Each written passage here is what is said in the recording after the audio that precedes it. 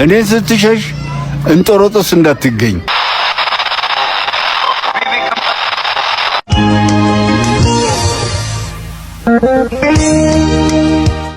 አባቴ ጥርስ ወርቅ ነው። ረዘም ያለ ተክለ ቁመናው ላይ መመለጡ እንዲያው በጊዜ ሂደት የተበጀ ሳይሆን ሲወለድ ጀምሮ የተሰጠው ስጦታ ነው የሚመስለው። መላጣ ከሱ ወዲያ ያማረበት ሞዴል ክብሩ ብቻ ይመስለኛል። ለማወቅ መሐከላቸው ሆኜ ብታይ አባቴ እሱ ሳይሆን ነጭ ሐጫ በረዶ ጸጉር ያላቸው ጎረቤታችን ጋሽ ደምሴ ነው የሚመስሉት። ጠርጥር ከገንፎ ይገኛል ስንጥር እያሉ የሰፈር ሰዎች ልጅነቴ ለጋሽ ደምሴ ያሳልፈው ለመስጠት ያልሞከረ የለም።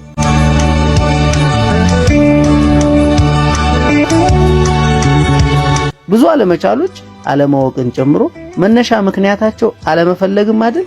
እኔም ማወቅ ስለማልፈልግ ጠይቄው አላውቅም። እናቴንም እንደዛው። አባቴ ጥርሱ ምን ሆኖ ነው የወርቅ ጥርስ ያስተከለው ብያትም አላውቅም።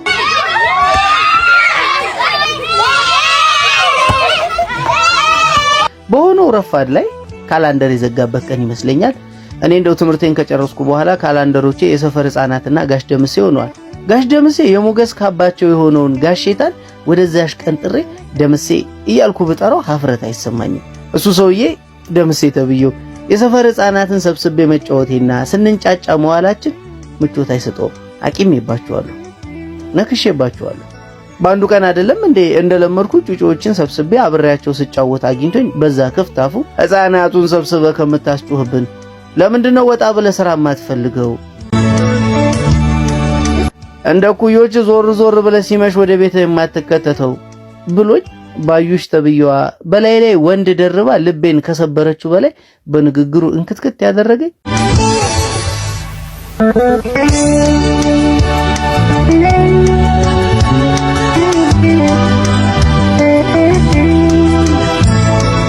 ከዛች ቀፋፊ ንግግሩ በኋላ አንቱ ተውኩት።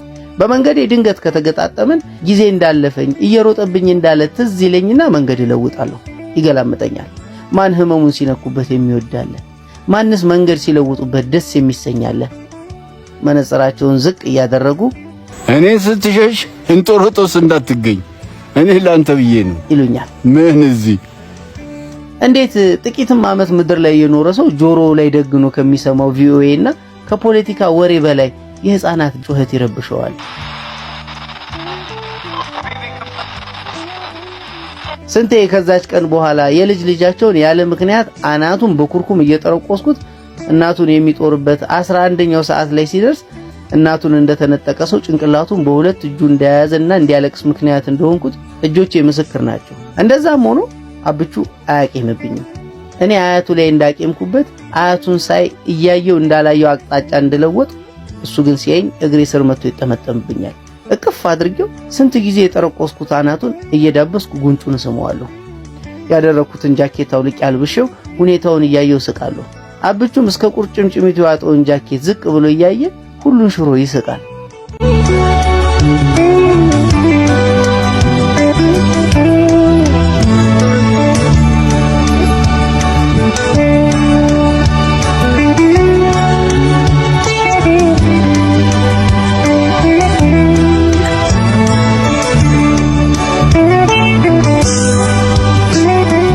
ዛሬም እንደሁሌው የሰፈር ሕፃናትን ሰብስቤ አብሬያቸው ነኝ። አባቴ የግቢያችንን በር ከፍቶ ገባ። ጋሽ ደምሴን ያቄምኩባቸው ስጋዬ ስላልሆኑ ነው ያስባለኝን ንግግር በዛሽ ቅጽበት አከታትሎ ተናገረኝ። አይታዘቡም እንጂ አብሮኝ የነበሩ ሕፃናት በታዘቡት ነበር። ያለ ምክንያት መናገሩ እደጅ ላይ አውልቆት የገባውን አንደኛውን የእግሩን ጫማ በትዕቢት አንስቼ ከግቢው ውጭ አሽቀንጥሬ እንደወረወረው ምክንያቱ ነኝ።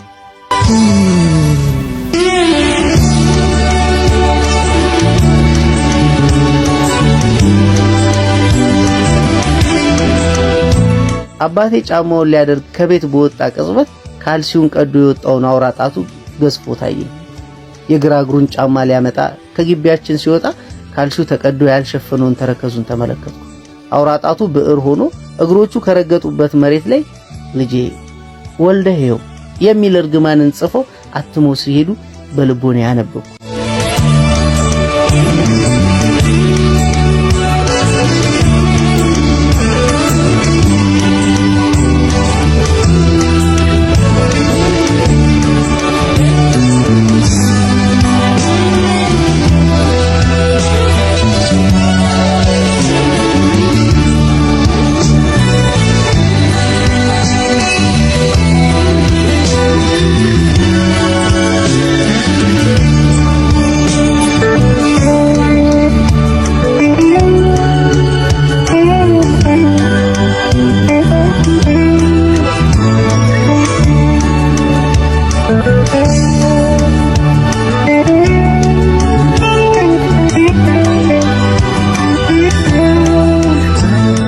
መቼም መዘዜ ብዙ ነው ብዬ ከጨርቆሴ ጋር ተጣልቼ አረፍኩት።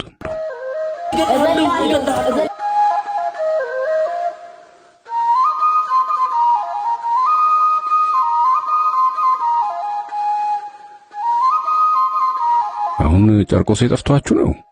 ምን ነው ያ እንደ ጥንዚዛ ካገኘው ጋር የሚጋጨው ጨርቆሴ? እሱ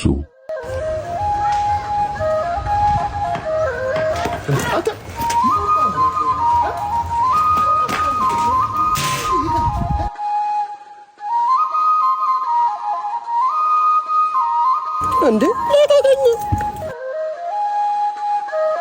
የጠባችን መንስኤ እንዲህ ነው። ጨርቆሴ የመንደሩ መዛለቂያ ሸለቆ ውስጥ ቆሞ ይሸናል። ቁልቁል እያየሁት አልፌው እኔም ተሰየምኩ። ብዙም አልቆየ ምናምኑን እያራገፈ መጣና እንዴት መግቢያችን ላይ ትሸናለህ ሲል ደረፋብኝ።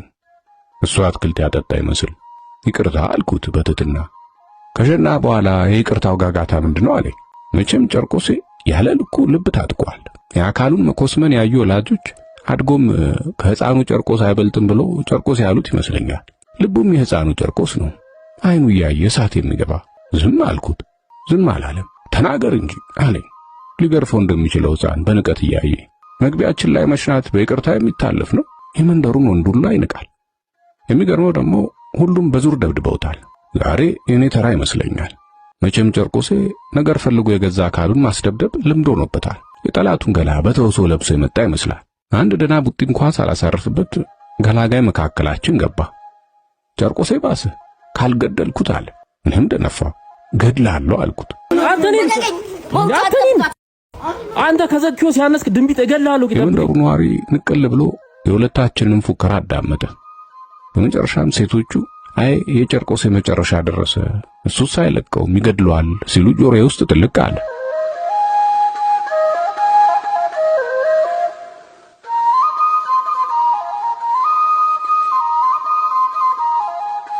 ጨርቆሴ ያጋመሰውን መጠጥ ሊጨርስ ሄደ። እኔ ወደ ቤቴ ገባሁ።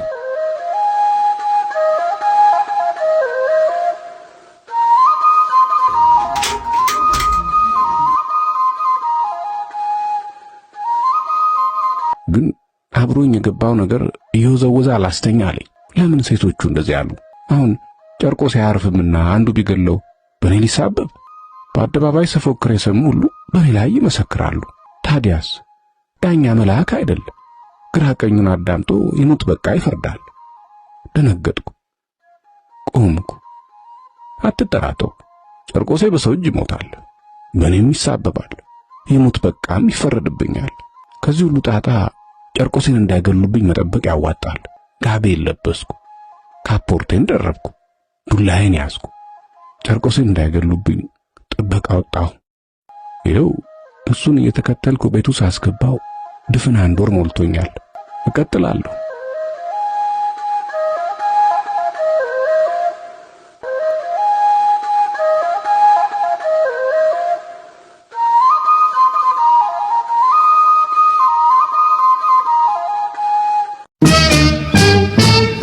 ጓደኛዬ አዲስ ሙሽራ ነው። ገና 6 ወሩ ነው ካገባ። የሆነ እሑድ ጠዋት ልጠይቃቸው ቤታቸው ሲሄድ ይህንን ገንገበት ጓደኛዬን ባለቤቱ ዳዲ እያለች ስትጠራው ሰማሁ። ዳዲ ወይ ተወልዳ እስክታድግ በአንድ የአንበሳ ቆዳ ጫማ ያየበት አዲስ የፕሮቴስታንት ቤተክርስቲያን ነው። ጓደኛዬ ባለቤቱ በቅርብ ጌታን እንደተቀበለች ነግሮኛል። ገና ውስጥ ገብተን አረፍ እንዳልን በከፍተኛ ድምጽ እየጮኸች ትጸልይ ጀመር። ጌታ ሆይ ለዚህ አብሮን ለመጣው ነፍሱ በኃጢአት ለታሰረችው ጎስቋላ ወንድሜ ዛሬ ድረስለት ስትል ደነገጥኩ። ጭራሽ ስለኔ ነው ጸሎቱ? ጌታ ሆይ አለች። ጭራሽ ተንጠራርታ እጇን ትከሻዬ ላይ ጭና ድምጿ እየጨመረ ነው። ጌታ ሆይ ስለዚህች ነፍስ ዛሬ ጸልያለሁ አለች። እቺ ነፍስ የተባልኩት እኔው ነኝ። ዛሬ እቺ ነፍስ ከስካርና ከኃጢአት ቀንበር እንድትላቀቅ ጸልያለሁ። እቺ ነፍስ ዛሬ ከዝሙትና ጌታ ከማይከብርበት የኃጢአት ልምምድ እንድትፈታ ጸልያለሁ ስትል ቀና ብዬ ምእመኑን አየሁ። እኛ አጠገብ ያሉ ምእመናን ሁሉም ወደ እኔ እጃቸውን ዘርግተው ይጸልዩልኛል። የት ልግባ? ጭራሽ በሰው ሁሉ ፊት ሰካራም ነው ያመነዝራል ተበለኝ። ለምን አንደኛውን የቲክቶክ ቪዲዮ አሰራብኝም? ዞር ብዬ ጓደኛዬን ሳይው ሳቁን አፍኖ በቆረጣ ያየኛል። በስጋ ብገለጥባት ደስ ባለኝ። እሱ ነው አብረን በነበርን ጊዜ የምንሰራውን ነገር ሁሉ ዘክዝኮ ነግሯት የሰው መሳቂያ ያደረገኝ። የተወሰነ ቆይቶ ነብዩ ወደ መድረክ መጥቶ ጸሎት ማድረግ ጀመረ። ቤቱ ጸጥ አለ። አንዳንድ ሰዎች ብቻ በየመሃሉ አሜን ይላሉ። እሱም ትንሽ ከጸለየ በኋላ የጌታ መንፈስ ጅብ ጋላቢ መንፈስ ያሳየኛል አለ። የዚህ ጊዜ የጓደኛዬ ሚስት ዞር ብላ አታየኝም መሰላችሁ? ምን አባሽ ላርግሽ ብላት ደስ ባለኝ። አንተ ነህ ለማለት ፈልጋ ነው? ይሄ የተረገመ ልጅ ጅብ የሚጋልባል ብሏት ይሆን እንዴ? ነብዩ ቀጠለ። በጉባኤ ውስጥ አንድ ሰው ይታየኛል። ቤተሰቦቹ ቃልቻ ነው የሚያመልኩት። እሱንም በልጅነቱ በአጋዘን እንደሚያጥቡት ነበር። ዋናው የአጋንንቶች አለቃ ይጠቀምበታል ሲል በሐዘኔታ እንደገና ዞር አየችኝ። ኧረ እቺ ሴትዮ ለምን አትፋታኝም እያልኩ ጸሎቱን መከታተል ጀመርኩ። ነብዩ ወደኔ አካባቢ ፍጥጥ ብሎ ካየ በኋላ ከመድረክ ወርዶ ቀጥ ብሎ መጣ። አሁንስ እኔም ፈራሁ። ስለኔ ነው እንደሚያወራው የሚል ሐሳብ ውልብ አለብኝ። ምናልባት ነፍስ ሳላውቅ ቤተሰቦቼ እንዳለው በአጋዘን እንደማጥበውኝ ይሆን እንዴ? መቼስ ሰው ማመን ከባድ ነው በዚህ ዘመን ምናምን እያልኩ ሳስብ ነብዩ አይኑን አፍጥጦ ቀጥ ብሎ እኛ ወዳለንበት መጣና እጁን አንስቶ የጓደኛዬ ሚስት ላይ ሲጭን ከተቀመጠችበት ወንበር 2 ሜትር ወደ ላይ ነጥራ መሬት ላይ ተነጠፈች። እግዚኦ መሐረና ክርስቶስ! ምን ጉድ ነው! በኔ ሲስቅ የነበረው ጓደኛዬ ሚስቱ እንደዚያ ስትሆን ሲያት ክፉኛ ደነገጠ። እኔም ምን መጣ ብዬ አንዴ ነብዩን አንዴ እሷን ማየት ጀመርኩ። ነብዩ ዋናው መንፈስ ተያዘ ሲል ጉባኤው በጩኸትና በጭብጨባ ተሞላ። ከዛማ ያቺ ድምጸ ለስላሳዋ የጓደኛዬ ሚስት በሙላቱ አስታጥቄ ድምጽ ትለፈልፍ ጀመር። ተቃጠልኩ፣ አረርኩ። ማነህ አለ ነብዩ። ጠቋር ነኝ። ተናገር፣ የት ነው ያስቃት? ባሏ ነኝ። ከልጅነቱ አሳድጌ ነው ያገባኋት አለ ሰይጣኑ። ጓደኛዬን አየሁት። የሚገባበት ጠፍቶታል። ጭራሽ የሌላ አካልን ሚስት ነው ያገባሁት የሚል ይመስላል። አጋንንቱ ጭራሽ ወደሱ አፍጥጦ አጠፋለሁ፣ አንተ ርጉም ሚስቴን ነጠቀኝ እያለ መጮህ ጀመረ። ቺት አድርጋበት መሆኑ ነው። ጓደኛዬ እንዲሁም ፈሪ ነው። ጭራሽ አሁን ከሰይጣን ጋር የግል ጸብ ውስጥ በመግባቱ ያለቦ ጀመረ። ያቺ መልአክ የመሰለች ሚስቱ ጭራሽ አይኗን አፍጥጣ በወፍራም ድምፅ ዛቻዋን ቀጠለች። ወንደሰን ደበበ ጊሚራው አለች ሌባ ጣቷን ወደሱ ጠቁማ። ዳዲ ቀረ በቃ። ነብዩ ዝም ብሎ ያያል። አንተን ካላጠፋው እኔ ጠቋር አይደለሁም አለ መንፈሱ። ጓደኛዬን ባተናነቀው በሆዱ what the fuck did I marry እያለ ነው። ብዙ ጊዜ በተኛህበት በገጀራ እንደሰነጣጥቃ ቅጄ ነበር፣ ዛሬ ይሄ ነብይ ቀደመኝ እያለ ማጓራት ጀመረ። ጓደኛዬ እንባውን በአራት መንታ ወረደው። ምን ውስጥ ነው የገባሁት የሚል ይመስላል። ብቻ አጋንንቱ ከነብዩ ጋር ውጣ አትውጣ እያለ ሲታገል እኔ እንደምንም ሾልኬ ወጥቼ ወደ ጃምቦ ቤት ሮጥኩ። ካዳራሹ ወጥቼ ጥቂት እንደሮጥኩ ሩጬን አቀዘቀዝኩና ወደ ኋላዬ ስዞር ጓደኛዬ ኮቱን ጥሎ በሩጫ ወደኔ ይመጣል። አጠገቤ ሲደርስ እያለከለከ ቆመና ወዴት ነው ጥለህ የምትሮጠው አለኝ። እንዴ አንተስ ሚስትህን ጥለው ወዴት ነው ስለው አፈን ዘጋ ብሎኝ አብሮኝ ወደ ግሮሰሪው አመራ። አሁን 7ኛ ጃምቦአችን ላይ ደርሰናል። እኔ ግደሉኝ እንጂ ያቺን ሴት አምኜ እዛች ቤት አላድርም ስላለ ተሰብስበን ወደ ቤቱ እንዲሄድ እየለመን ነው እንገኛለን።